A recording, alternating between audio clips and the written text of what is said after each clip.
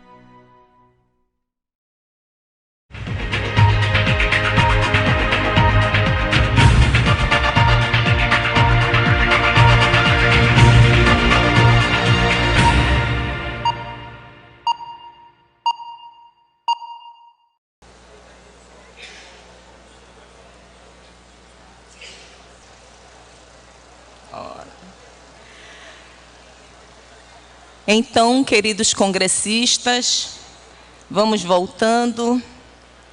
Esse momento de confraternização é muito importante para alimentar nossas almas, não é? A gente revê amigos, que por mais que estejamos na mesma cidade, a gente não vê todos os dias, a gente abraça, companheiros de trabalho. Enfim, vamos retornar, vamos voltar. Agradecendo aos nossos amigos internautas que estão aí nas redes sociais, na Web Rádio Fraternidade, na Rede Amigos, no YouTube, no Facebook.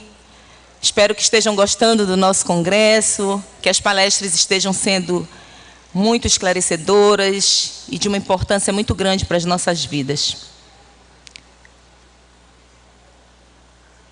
E agora nós vamos ter a palestra intitulada A Vida numa Colônia Espiritual e a Reencarnação de um Suicida.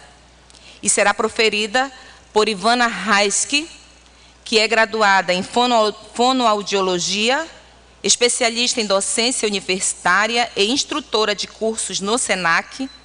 Atualmente é diretora de gestão editorial da Federação Espírita do Estado de Goiás e assessora da área de comunicação nas comissões regionais do Conselho Federativo Nacional da Federação Espírita Brasileira.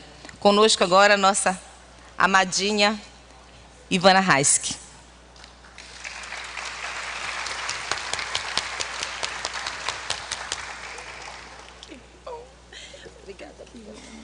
Fique à vontade. Você quer água? Quero. Eu vou tirar.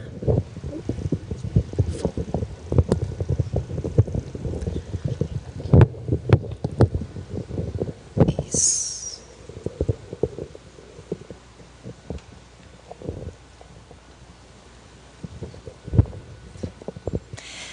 Queridos irmãos, queridos amigos, bom dia.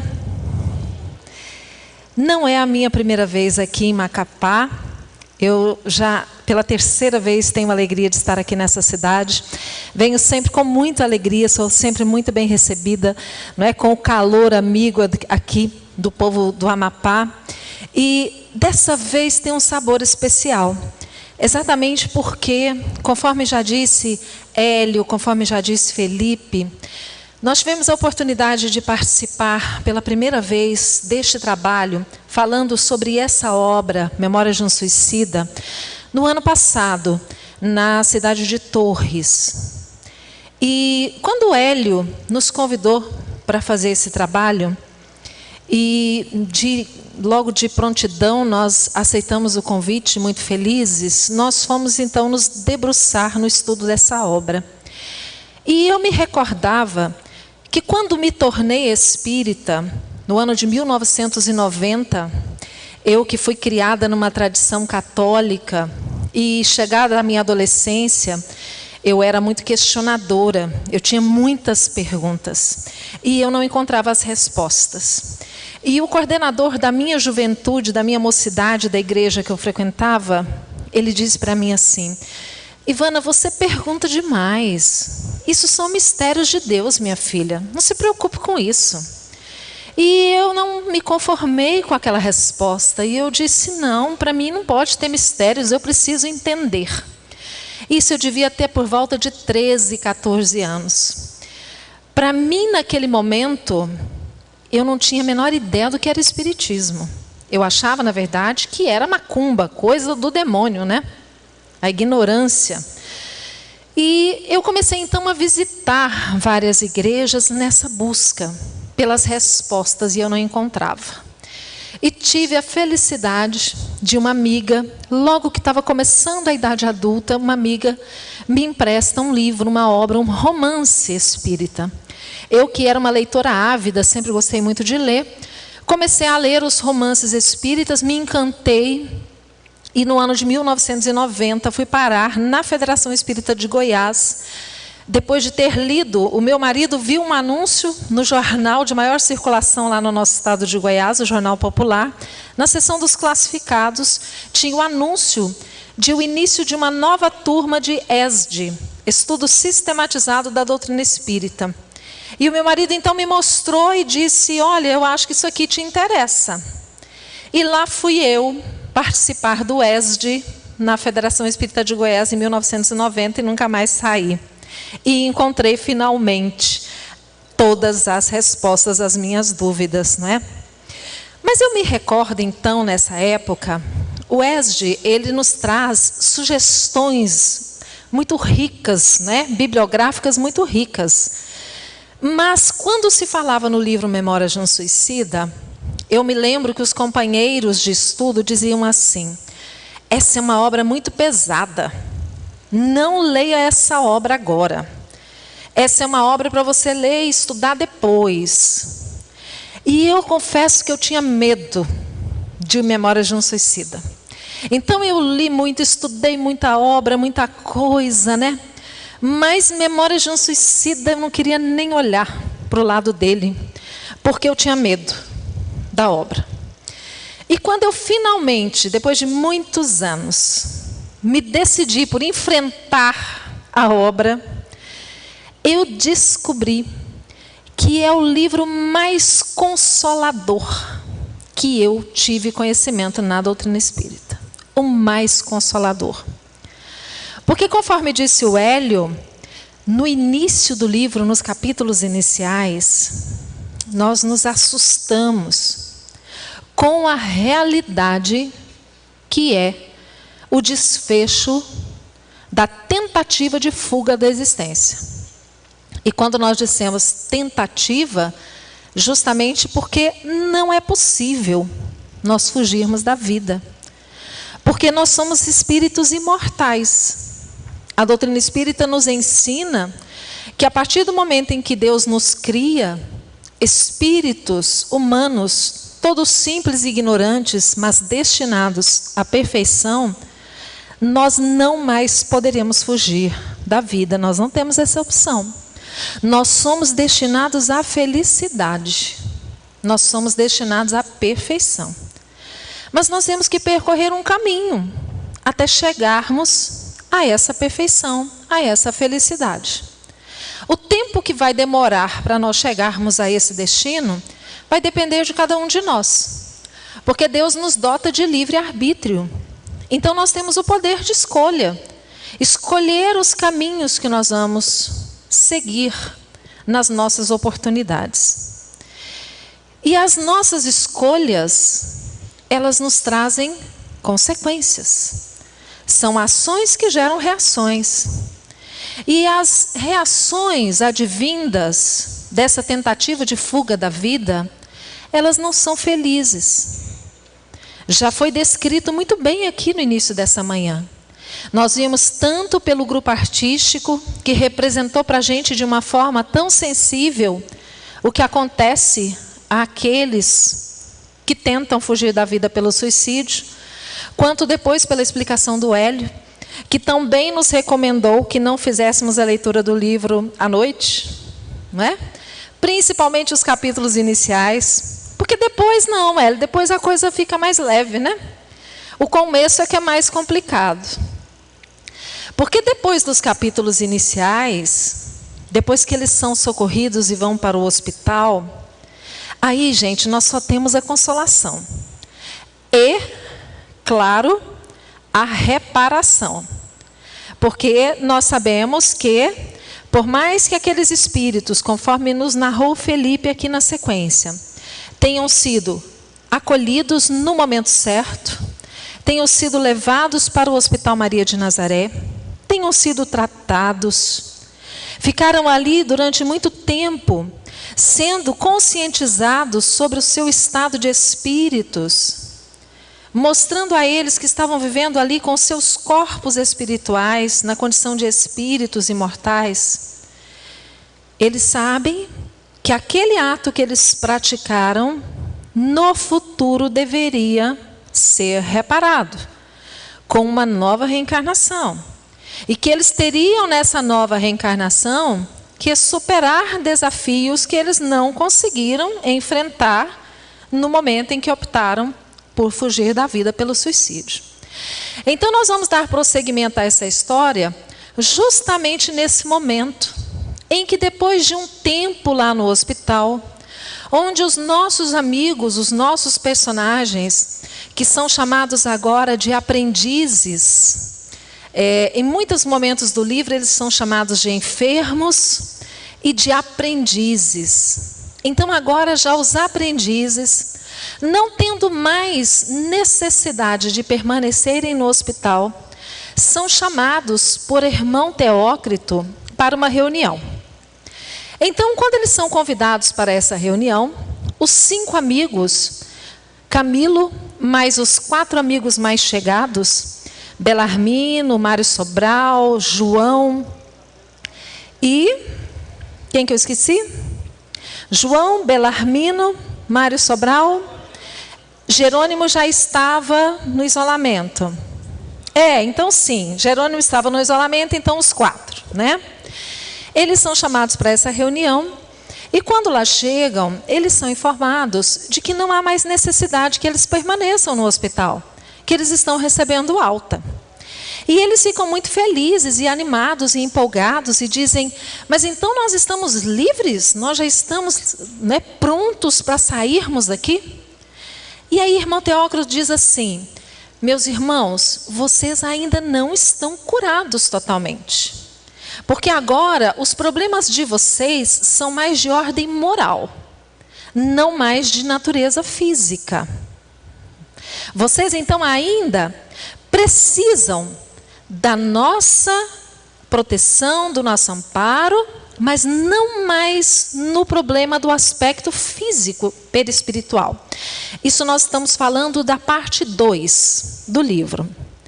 Então eles iniciavam uma nova fase do tratamento que era de ordem exclusivamente moral e mental, já que fisicamente eles estavam recuperados. Joel, que era um enfermeiro amigo, o enfermeiro que estava com eles desde o início, desde que eles chegaram ali àquela enfermaria, então é o responsável, é indicado para conduzi-los à sua nova morada. E eles são levados para um pavilhão que fica anexo ao hospital.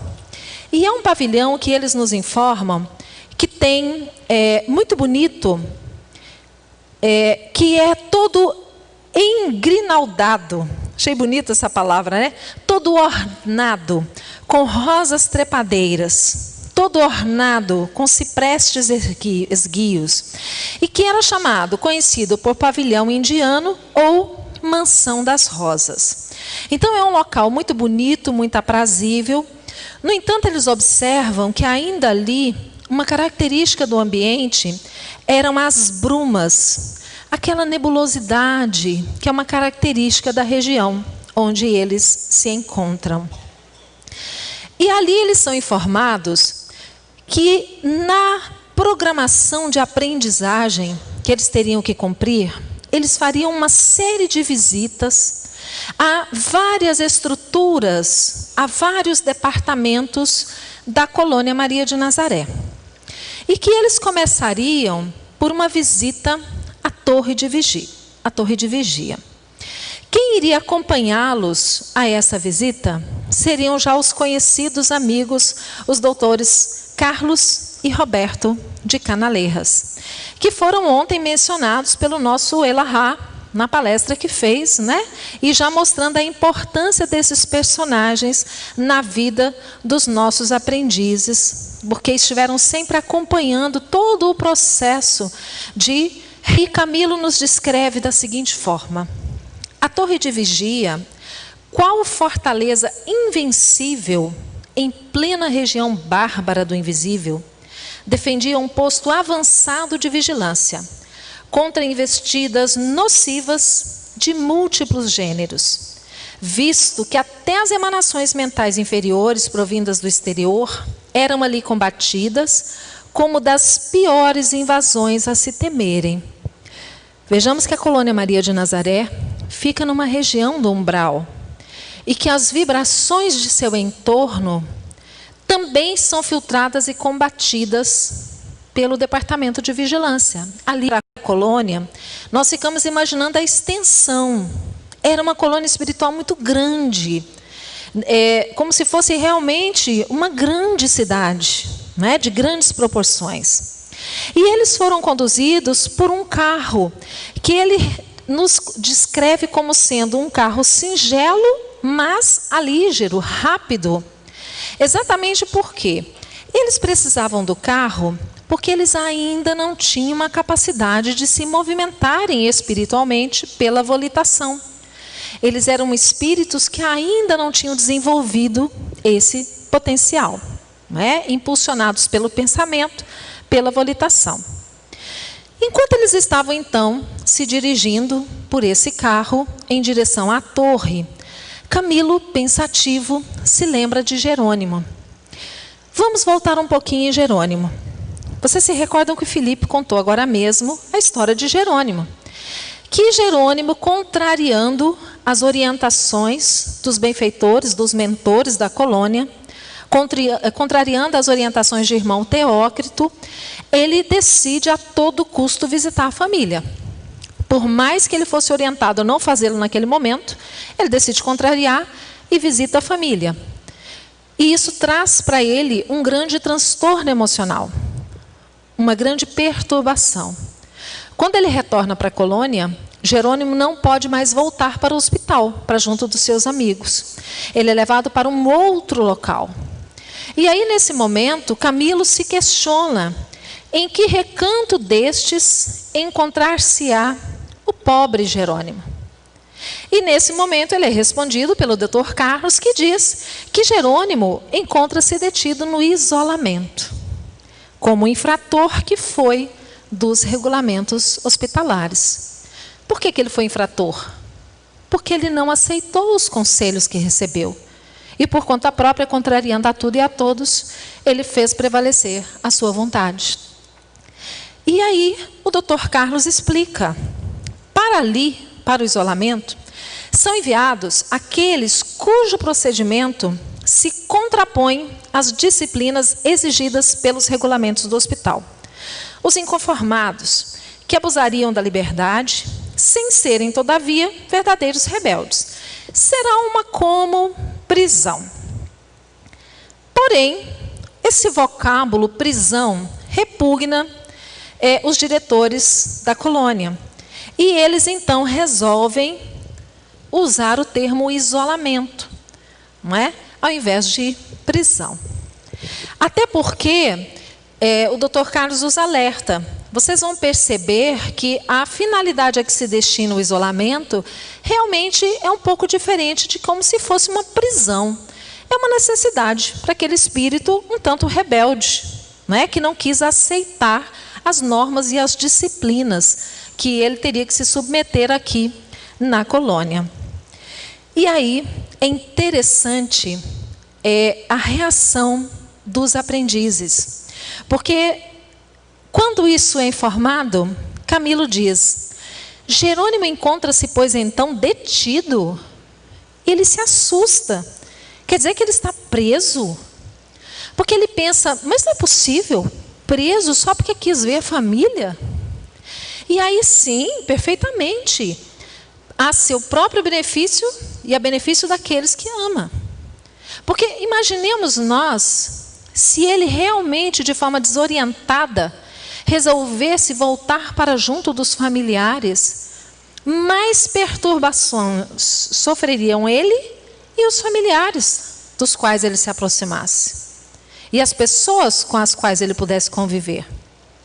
E o Mário Sobral, que era aquele que trazia em sua consciência uma grande culpa, porque além do fato de ter cometido suicídio, ele trazia o remorso, o peso de ter assassinado a sua amante, Eulina. Ele mata Eulina. E ele traz um grande remorso, uma grande culpa. E aí Mário, então, ele diz assim: mas como é possível compreender-se, doutor de Canaleiras, que Jerônimo, esposo amantíssimo, pai extremoso, se encontre preso, enquanto eu, 2, 3, 10 vezes criminoso, permaneço entre bons amigos? Para ele era uma coisa ilógica. Eu sou assassino. Eu não só tirei a minha vida, eu matei. Como é que eu estou aqui entre amigos? E Jerônimo, que era pai amoroso, Jerônimo não teve a força moral de enfrentar a derrocada financeira. Mas ele não matou ninguém da família dele. Como é que pode ele estar preso e eu não? E aí é bem interessante a explicação que ele recebe. Porque o Dr. Carlos diz a ele assim: porque você, Mário, é um espírito sinceramente arrependido. Você reconhece o seu erro. Você percebe que você errou. Você ouve os nossos conselhos. Você se predispõe a melhorar. Ao passo que Jerônimo não aceitou as nossas orientações. Jerônimo se rebelou, quis fazer a sua maneira. Então, realmente, o fato dele estar detido é como se fosse uma proteção para ele próprio. Então, aí está a diferença. Muito bem.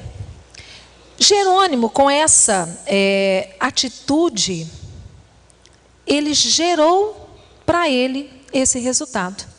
Se ele tivesse se submetido de forma resignada, de forma tranquila e paciente, às recomendações que recebeu, as orientações, ele teria, no momento oportuno, a oportunidade de ir visitar os seus familiares, já mais equilibrado, que pudesse de forma efetiva auxiliá-los de alguma maneira. Mas ele quis e insistiu em fazer isso quando ele próprio ainda não tinha condições para fazer nada. Isso fez com que ele mais se perturbasse, não é? E gerasse essa decisão por parte da direção da colônia em colocá-lo lá no isolamento. Muito bem. Esse livro, meus irmãos, ele tem uma característica que ele tem diálogos tão profundos, com tantas informações importantes, que o que nós estamos trazendo aqui para vocês é uma síntese da síntese da síntese. Nós trazemos, assim, extratos que nós achamos interessantes para estimular a vontade de conhecer melhor o livro. Porque nós não teríamos tempo aqui, num único dia, de falarmos com todos os detalhes, não é, Hélio? Não é, Carmen, Felipe? Não daria tempo. Porque em cada capítulo nós encontramos tantas informações importantes. Então aqui nós vamos extraindo alguns trechos para despertar essa curiosidade. Ele pensava que o Jerônimo estava preso numa masmorra, numa prisão como ele tinha conhecido as da terra. E aí o Dr. Roberto respondeu: o que seria a humanidade terrestre se não existissem repressões nas sociedades espirituais. Uma vez que, mesmo havendo-as, hordas sinistras de malfeitores do plano invisível atacam a todas as horas os homens incautos que lhes favorecem o acesso, contribuindo para suas quedas e para a desordem entre as nações. Nós temos informações da espiritualidade que o número de desencarnados é cerca de 3 vezes maior do que o número de encarnados, não é isso? Ou até mais. Então imaginem a quantidade de espíritos infelizes, desordeiros que estão entre nós. Imagine se todos estivessem livres para tentar fazer o mal. Então ele faz uma ponderação interessante. E aí ele diz, ao demais, por que não existiria deste lado da vida prisões e rigores se há cá maior percentagem de delinquentes do que do lado de lá? E aí, quando ele vai finalmente conhecer o local onde estão detidos esses espíritos, ele vai perceber que esse local não se assemelha a nenhuma enxovia. E ele vai se admirar dos institutos de reeducação. E aí, finalmente, eles chegam à torre de vigia. E essa imagem eu escolhi porque eu vi na internet e fiquei imaginando, né, na minha imaginação como seria. Não sei se é assim ou não. Vi uma torre assim da Idade Média e imaginei que pudesse ser algo do gênero. A torre de vigia, ela era então um departamento, uma dependência do departamento de vigilância da colônia. Situada numa zona perigosa do astral inferior, rodeada de elementos nocivos e perturbadores, sendo do seu dever a estes combater, desviar, impedindo o assédio de espíritos assaltantes. Isso não é novidade para nós, né? Nosso lar também nos relata a presença desses espíritos que tentam a todo custo invadir, entrar, sendo que não é permitido a entrada de qualquer um nesses ambientes, somente daqueles espíritos que têm a necessidade e o convite para estarem ali. Tem também como obrigação encaminhar para outras paragens infelizes, perseguidos por obsessores, que a todo custo na colônia se desejassem abrigar. Vejam bem, a princípio a gente pensa assim, mas espera aí, o espírito está desesperado, sendo perseguido, um obsessor perseguindo. Ele bate ali na porta desesperado, pedindo ajuda e ele não vai ser ajudado? Se ele não for um suicida, não vai ser ajudado. Porque ali é uma colônia de recuperação de suicidas. Mas ele não vai ser abandonado. Ele vai ser encaminhado para outras paragens. Porque a misericórdia divina não desampara ninguém. Mas também ele vai ser socorrido no momento adequado, quando realmente ele estiver sentindo o arrependimento e ele estiver pronto para receber essa ajuda e esse amparo. E aí, eles são recebidos lá por Padre Anselmo de Santa Maria. Padre Anselmo, então, começa a mostrar para eles, apresentar a torre. E ele faz um comentário muito interessante, que parece que a gente está aqui também, né, na Terra.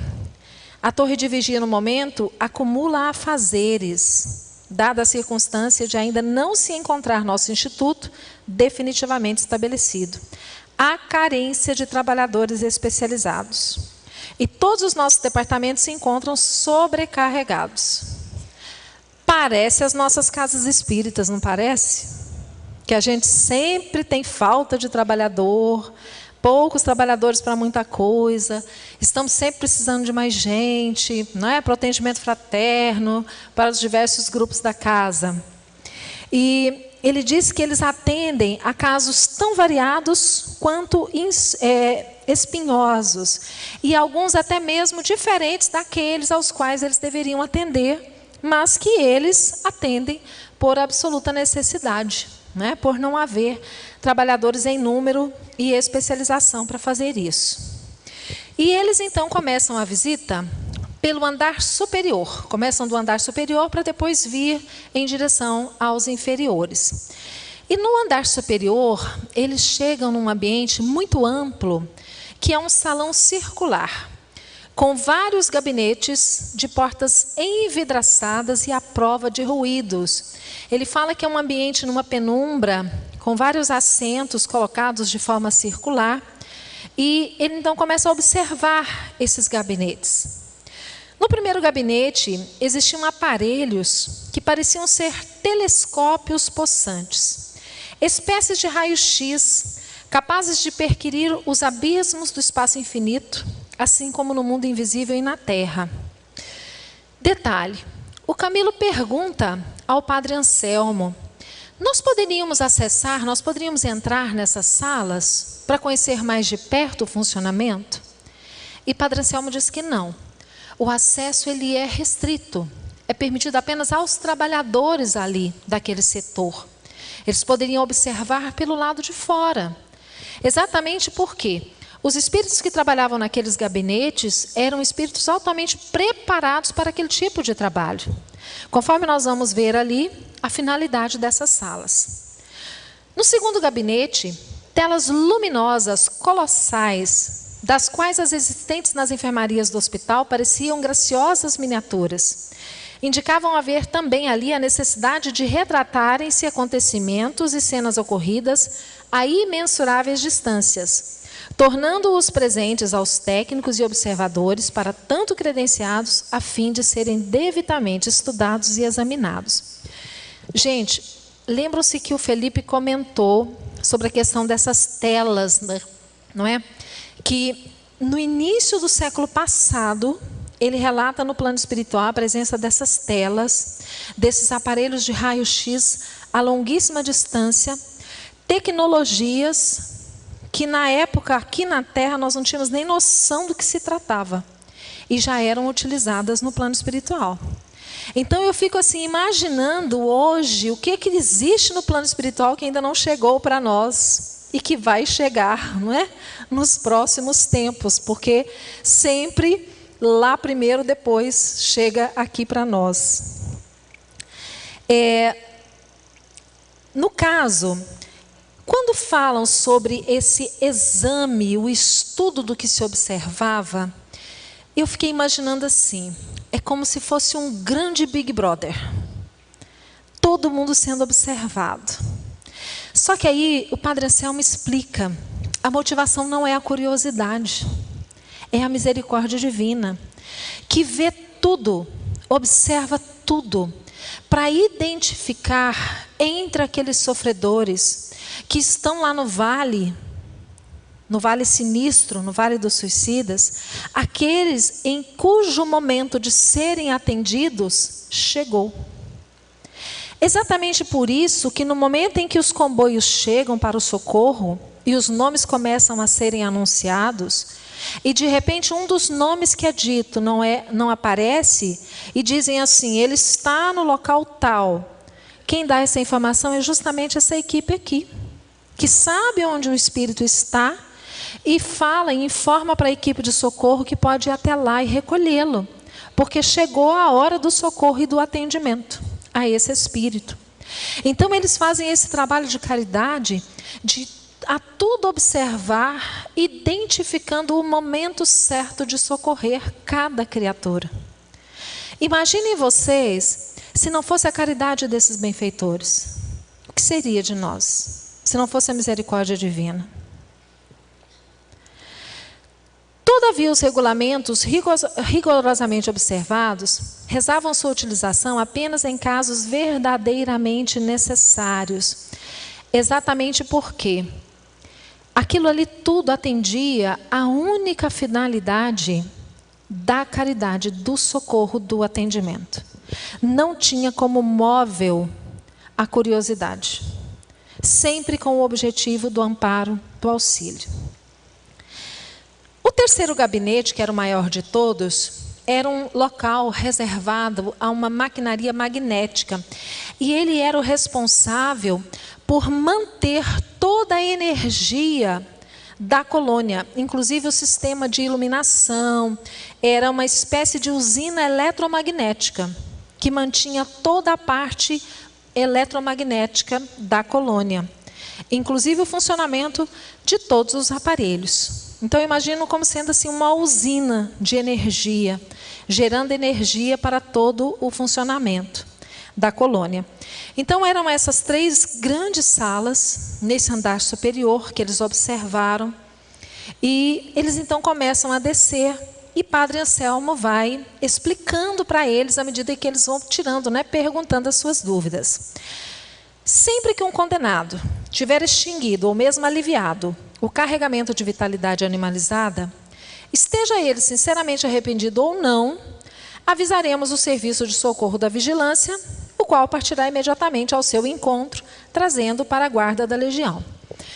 Lembremos novamente a fala do Felipe, que disse que quando a quantidade de fluido vital, que ainda estava retida com aquele espírito que antecipou o momento da desencarnação pelo suicídio, quando essa quantidade de fluido vital, ela foi extinta, chegou o momento do socorro, independente de haver ou não arrependimento. Porque muitas vezes o espírito ele está tão bestializado, ele está tão desorientado, que ele não tem nem muita consciência, não tem nem condições de sentir esse arrependimento. Então ele é socorrido, independentemente disso. Nós estamos tendo um pouquinho de mau contato aqui com o nosso visor. Ok. Então, sempre que isso acontece, a guarda é acionada para trazê-los. E aí, independente de qual seja a sua condição moral, arrependido, revoltado, endurecido, ele será encaminhado para aquele departamento, conforme a sua necessidade. Qual seja o hospital, o isolamento, o manicômio ou para as torres. Eles vão conhecer, então, os outros departamentos da colônia, que nós vamos comentar daqui a pouquinho. E Camilo pergunta, como chegam os diretores desta magna instituição a saber que os espíritos infelicitados pelo suicídio são aprisionados por falanges hostis encontrando-se desaparecidos? Porque o Padre Anselmo também diz a eles o seguinte, que nem todos os espíritos dos suicidas chegam ao vale dos suicidas. Alguns são aprisionados e são levados para lugares ainda piores e passam por situações mais difíceis ainda. Estar no vale do suicida já é um primeiro passo para o atendimento e para o socorro. E aí Camilo pergunta, mas como é que se descobre então esses espíritos? E aí ele diz, mantemos técnicos nesta torre com o mistério exclusivo de procurar os desaparecidos. Auxiliados com o emprego infalível dos aparelhos que acabaste de entrever, têm eles cada um demarcadas as regiões que deverão sondar. Então aqueles telescópios potentes eram como raios-x potentes que ficavam prescrutando as regiões diversas do plano espiritual, buscando esses companheiros que tinham sido sequestrados, que não se encontravam no vale, mas que já estavam em condições de serem socorridos. E uma outra forma também, ele relata, é que antigos opressores, antigos obsessores, que já tinham sido socorridos e já estavam hoje na colônia, arrependidos, eles serviam de informantes. Eles relatavam para eles regiões onde esses espíritos poderiam estar detidos. Então eles serviam também como informantes, auxiliando no encontro desses companheiros. E uma outra forma também eram as preces que se faziam em benefício desses irmãos. Meus amigos da técnica, sumiu de novo aqui. A prece que se fazia em benefício dos irmãos. Olha, geralmente os avisos e as ordens vêm mais de alto, de lá, onde para a existência magnânima de Maria. Porque as preces, toda vez que nós fazemos uma prece por alguém, e ontem o Elahá nos falou sobre isso, que o Dr. Bezerra orientava Ivone a orar pelos suicidas.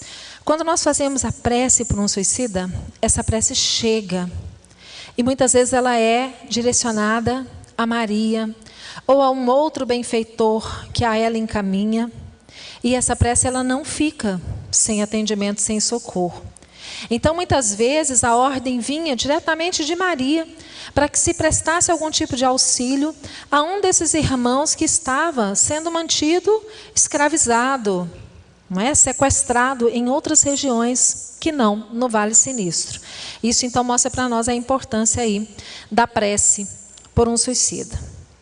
Mas ele também informou aos aprendizes que na torre ficavam os temidos obsessores, chefes de falanges, aqueles que além de suicidas também eram responsáveis por outros crimes nefandos. Pessoas que terminaram com a sua vida pelo suicídio, mas que antes disso prejudicaram muitas pessoas. E que esses obsessores, eles estavam muitos detidos ali na torre. E que muitos deles já estavam em vias de regeneração. E eles então ficam surpresos com essa informação e perguntam da possibilidade de conhecerem esses espíritos. A princípio, o Padre Anselmo diz que talvez não fosse interessante, porque muitos deles, ainda recém-chegados de pouco tempo, não mantinham ainda a forma, ainda se mantinham em forma perispiritual alterada, deformados. Então, os doutores Roberto e Carlos dizem, olha, é interessante para o aprendizado deles. Então, o Padre Anselmo resolve apresentá-los para um desses internos, para um desses obsessores, que é Agenor Penhalva. E eles, então, são levados para uma sala, onde, por meio de uma dessas telas de 6D, eles começam a assistir uma conversa entre o Dr. Ramiro de Guzmán, que é um benfeitor que faz um trabalho de evangelização, de formação de conduta ética e moral com esses espíritos que lá estão. O Dr. Ramiro está conversando com Agenor Penhalva. E Agenor já está há cerca de 40 anos ali, na torre. Já é um espírito arrependido, que está num processo de regeneração. E eles ouvem aquela conversa, observam o ambiente onde está Agenor, e veem se tratar de um ambiente acolhedor, não se assemelha em nada a uma prisão, antes parece mais uma escola. E pelo diálogo que o Dr. Ramiro de Guzmán desenvolve com Agenor, eles dizem, mas pobre homem, parece tão arrependido, por que ainda está aqui? Por que já não está em outras localidades?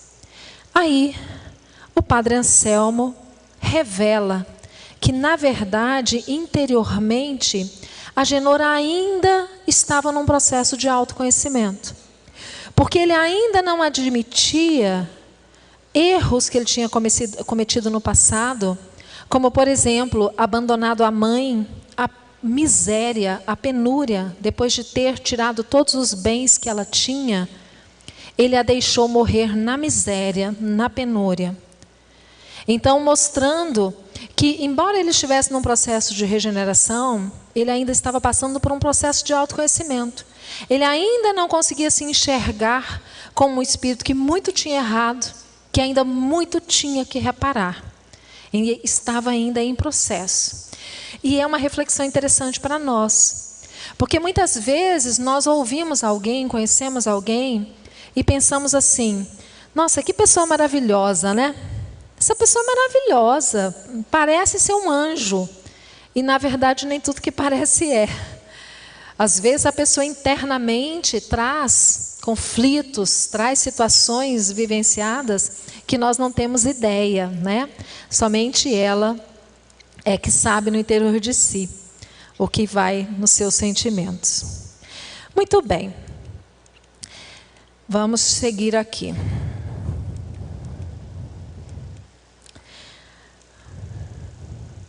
Aí, eles saem então da torre, felizes e satisfeitos com essa visita, e no dia seguinte, eles vão fazer uma visita ao manicômio. O manicômio, eles ali recolhiam os espíritos que eles estavam excessivamente deprimidos pelas repercussões originadas pelo suicídio. E, inclusive, impedidos de raciocinar normalmente. O diretor do manicômio era o irmão João, que era um psiquista indiano da velha Índia. E os espíritos ali, irmão João explica, diante do espanto dos aprendizes, porque eles olham por uma janela no pátio e observam aqueles espíritos com as feições distorcidas, parecendo um bando de loucos, se movimentando desordenadamente, às vezes com os corpos deformados, as expressões doentias. E eles perguntam: nós podemos ir ter com eles? E ele diz: não, melhor que observem daqui. Mas eles são perigosos? E o irmão diz: não, nós não diríamos que eles são perigosos, eles são inofensivos. No entanto, eles vivem num estado de alucinação e prostração impressionantes. Por que eles são mantidos ali isolados? Junto ao encarnados, eles poderiam, se o encarnado for influenciável, fariam-lhe extremamente mal, podendo mesmo levá-lo ao suicídio. Tamanha vibração negativa que esses espíritos emitiriam, né? E que poderiam prejudicar sobremaneira o encarnado influenciável. Junto a uma criança desprotegida, poderá matar-lhe de mal súbito. Então, são espíritos com uma energia, uma vibração muito pesada e que não seria aconselhável permitir-lhes estar conosco aqui, né? Prejudicando o ambiente. E o que há de ser dessas pobres criaturas? Que futuro as aguarda? E aí vem a resposta. Dramático futuro aguardas, na confusão expiatória de reencarnação, próxima e inevitável. Porque no caso desses espíritos, meus amigos, eles não têm a mínima condição de passar por um processo de doutrinação, um processo de reconhecimento de erros. Eles estão completamente fora de condições de compreensão. Então eles precisam de uma nova reencarnação para recuperação perispiritual, para que eles possam depois, futuramente, terem condições de compreensão melhor. Então a reencarnação, para eles, é a primeira necessidade. É algo muito necessário. Muito bem. Eles então saem dali, do manicômio, e no dia seguinte eles vão visitar o isolamento. E o isolamento é justamente onde está Jerônimo, o amigo que eles não mais tinham visto. Depois que Jerônimo foi levado para o isolamento, eles não mais tinham se encontrado com Jerônimo. E na visita ao isolamento, é claro que eles gostariam de reencontrá-lo. Então, nessa visita, primeiro eles são recebidos, e eles percebem que todo o corpo de auxiliares internos era constituído por religiosos católicos, exceção feita ao corpo clínico, que se compunha de psiquistas iniciados. E era dirigido pelo padre Miguel de Santarém. E aí eles reencontram o Jerônimo, que fica muito feliz com a visita dos amigos. E logo eles perguntam: Jerônimo, como estão os filhos? Como está a sua família? E aí Jerônimo vai dizer. Jerônimo diz assim: olha, eles estão muito melhor. Graças a Deus eles estão bem. Mas e Margaridinha? Margaridinha agora irá morar no Brasil. Mas como? Como se deu isso? E aí Jerônimo diz que houve uma intercessão de Maria para o atendimento a Margarida. E que eles fizeram com que ela adoecesse gravemente numa noite, naquele local, naquele antro onde ela era obrigada a vender o seu corpo. Ela de repente sofre um mal súbito, é hospitalizada, fica em coma por alguns dias. Naquele período em que o corpo dela está em coma, ela é levada para o plano espiritual. Ali ela é orientada, ela é fortalecida, dizendo os espíritos que uma nova fase na vida dela se iniciaria, que ela confiasse na proteção de Maria. E por fim, quando ela retorna depois desse tempo, as companheiras que estavam ali internadas com ela, conhecendo o drama de vida da menina, Uma senhora, já idosa que estava ali, diz a ela: minha filha, vá procurar a sua irmã. Procura a sua irmã que mora na capital, certamente ela irá te ajudar. E ela diz: mas eu não tenho dinheiro nem para ir aonde está a minha irmã. E ela fala: mas isso eu posso te ajudar. Eu posso pedir ao meu filho e nós vamos providenciar. E aquelas mulheres que estão ali se condoendo da realidade da menina, se mobilizam e conseguem mandá-la para a casa da irmã. E chegando lá, a irmã a acolhe e consegue para ela o trabalho num grande hotel, como arrumadeira, como camareira. E aí ela fica sabendo que uma família importante, uma família de portugueses residentes no Brasil, estavam precisando de uma pessoa que fosse com eles para o Brasil para trabalhar. E assim ela consegue e está animada porque está saindo daquela vida, vindo em direção ao Brasil. E aí ele pergunta: e Albino? Albino também foi ajudado. Albino está saindo da prisão por ajuda de um médium amigo da colônia Maria de Nazaré, um dos servos de Maria reencarnado. E Fernando, esse médium, depois de ajudar Albino a conhecer a doutrina espírita, e ele se dedica a estudá-la, ele consegue o indulto. E ele é livre e irá para a África. E aí os espíritos perguntam assim: mas não era melhor trazê-lo para o Brasil? O Brasil é a segunda pátria dos portugueses. Temos certeza que ele gostaria muito mais de vir morar no Brasil. Por que levá-lo a Moçambique?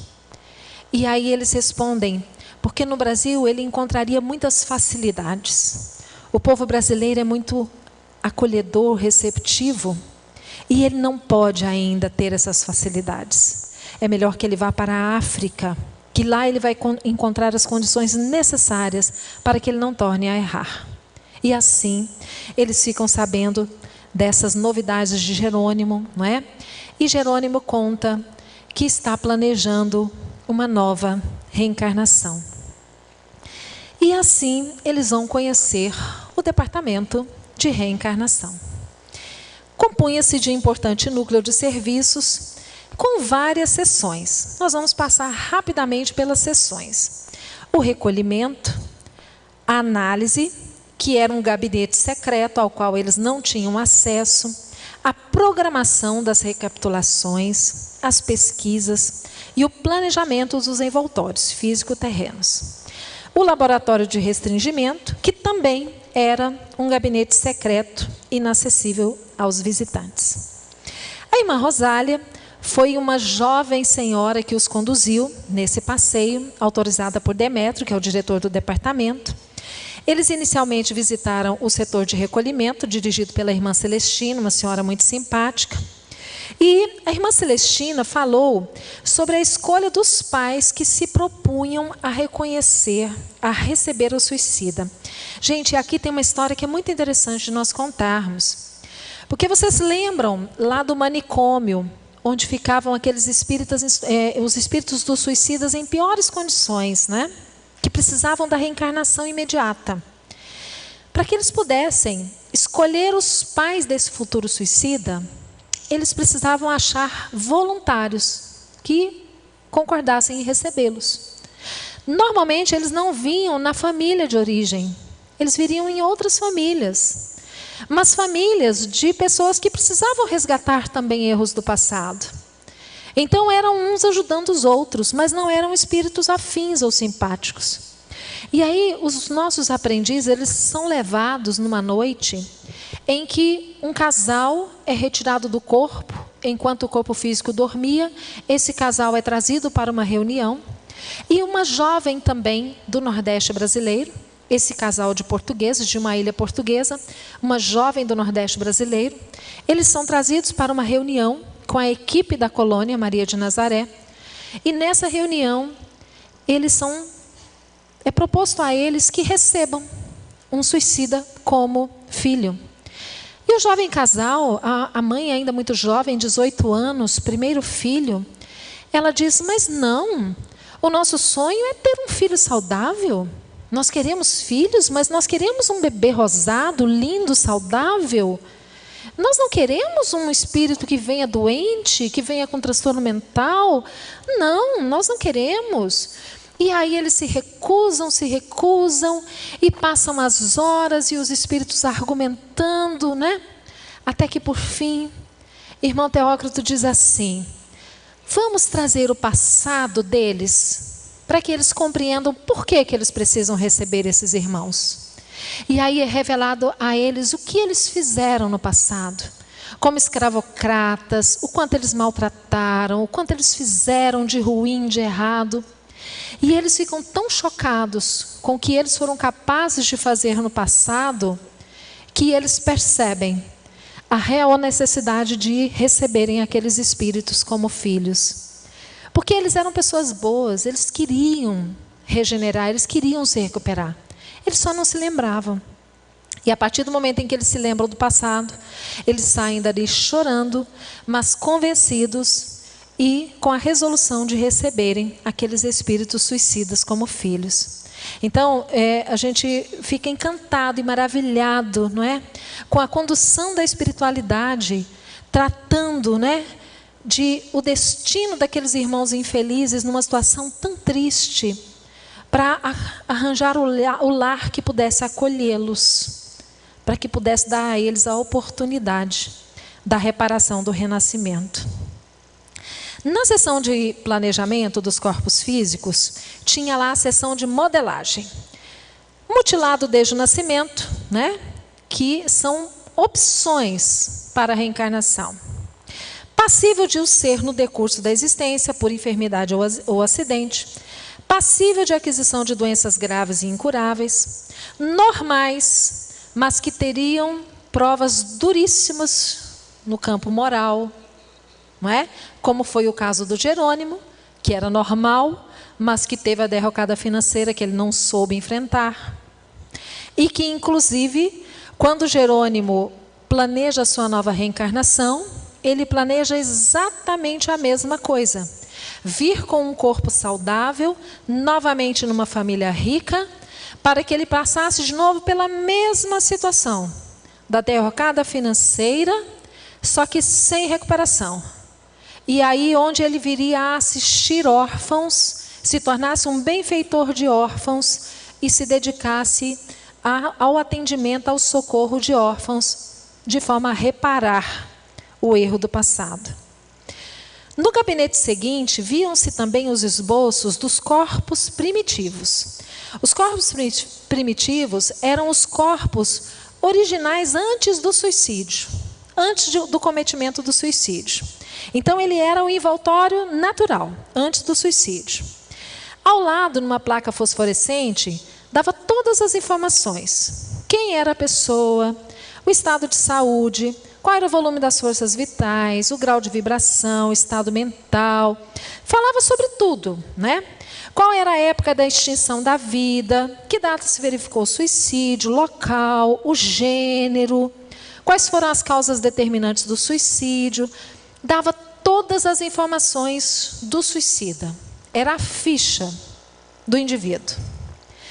E aí, destacadamente, vinha o órgão atingido pelo atentado e cuja alteração motivara a extinção das fontes da vida. E aí, gente, a lesão era exatamente idêntica à do corpo material. Era o órgão lesionado. Agora, imaginem, nesses casos especiais, afogamento, trituração por esmagamento, queda, isso era reproduzido exatamente como o órgão ficou. Estava lá, na exposição. E aí ele fala que esse tipo de reprodução chocaria qualquer observador, né, menos esclarecido, como aqueles que eram os mestres do departamento, ou aqueles mais experientes, como os próprios suicidas que já tinham visto tudo aquilo lá no Vale Sinistro. Já tinham passado por tudo aquilo. Na seção de modelagem, tinham os mapas ou os esboços das futuras reencarnações. Então, era o planejamento reencarnatório, daqueles que estavam ali para isso. E depois que eles observaram, né, tudo isso, todo esse funcionamento da colônia, após todo esse conhecimento, eles são autorizados a voltar à terra natal. E eles ficam felizes, porque eles vão rever Portugal. E ele fica feliz porque Camilo resolve que ele vai voltar a escrever por meio de um médium. E aí eles são levados até Fernando. E Fernando se dispõe, Fernando é um médium evangelizado. E ele diz assim: eu preciso escrever, eu preciso avisar os meus amigos. Eles precisam saber, né? Só que ele escreve e ele não é aceito. As pessoas criticam Fernando, diz que é um absurdo. Aquele não é Camilo. Imagina, esse não é o estilo dele. Isso é um absurdo. Fernando é, então, desconsiderado. E Camilo fica revoltado e indignado. E ele procura de uma forma e ele procura de outro. Até que dizem assim: por que você não tenta ir para o Brasil? Tentem ir para o Brasil. Lá tem muitos médios, quem sabe? E aqui no Brasil, da mesma forma, eles tentam. E sempre que ele assina o nome dele, as pessoas rejeitam. E dizem: imagina, Camilo Castelo Branco? Imagina, com esse estilo não é ele? E aí, Dr. Bezerra de Menezes, Bittencourt Sampaio, orientam: por que vocês não trabalham com a caridade? Não sejam vaidosos, não queiram assinar o nome. Trabalhem com a caridade. E eles começam então a trabalhar com receituário, eles começam a inspirar pessoas. Eles começam a visitar hospitais, eles começam a procurar pessoas na rua que tenham ideação de suicídio, começam a influenciar as pessoas para o bem, contra o suicídio. E eles se sentem então melhores, podendo ajudar efetivamente as pessoas, não da forma como eles gostariam a princípio, mas da forma como é permitido, né? A forma como eles realmente conseguem. E enquanto eles estão fazendo esse trabalho, buscando hospitais, buscando prisões, buscando esses ambientes, eles percebem que o Mário ele começa a visitar os prostíbulos, ele vai buscando esses ambientes. E eles percebem que o Mário, ele ainda tem uma tendência muito forte para essas inclinações. Embora a culpa imensa que ele tem pelos erros do passado, ele ainda está fixado nessa parte da vida dele. E chega um momento então que eles novamente são chamados, porque é um momento em que eles podem escolher novos rumos. Eles são chamados numa pequena reunião e ali é dito que chega o momento das escolhas. Eles podem escolher entre reencarnar, eles podem escolher em permanecer ali no hospital como auxiliares, na colônia como auxiliares, ou eles podem escolher em prosseguir nos estudos, se preparando para futuramente, daí a um tempo, com mais condições de sucesso, planejarem uma nova reencarnação. Jerônimo decide-se pela nova reencarnação, porque entende que é o melhor para ele. Mário Sobral também opta pela reencarnação, porque o sentimento de culpa que ele tinha era tão grande que ele não sentia as mãos. As mãos ele as sentia no pescoço, que foi a forma como ele assassinou Eulina. Então ele percebia que a reencarnação era o único caminho para que ele pudesse se livrar daquela culpa que ele trazia. E aí nós encontramos o nosso Camilo, o professor Belarmino, dispostos a prosseguirem nos estudos, prosseguirem na tarefa, não é? De se prepararem mais adequadamente para futuramente iniciarem então uma nova reencarnação. E eles então serão levados para a nova morada. E quem vai falar para nós sobre essa nova morada, depois do almoço, vai ser a nossa querida Carmen.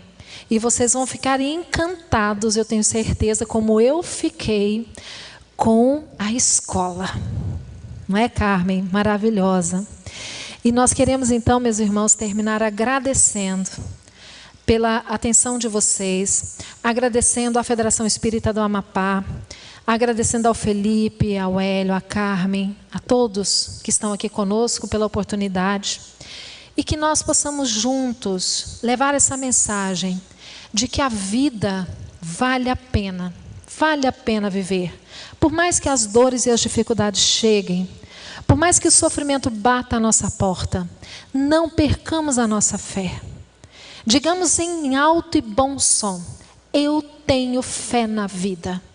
Viver vale a pena. Muito obrigada, um beijo com muito carinho para cada um de vocês. Muito obrigada.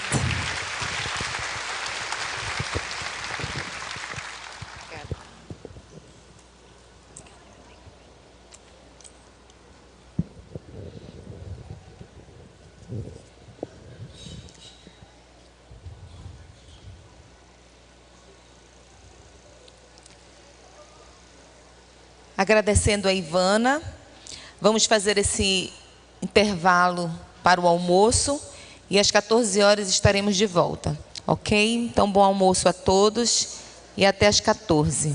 Obrigada.